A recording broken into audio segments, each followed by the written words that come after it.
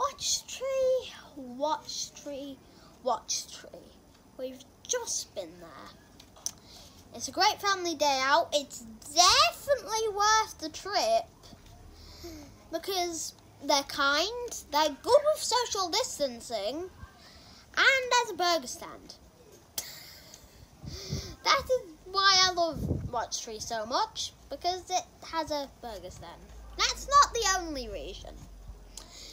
You can hire a bike and do a few laps. When we went there earlier, we were only able to do 2, but maybe you could do more.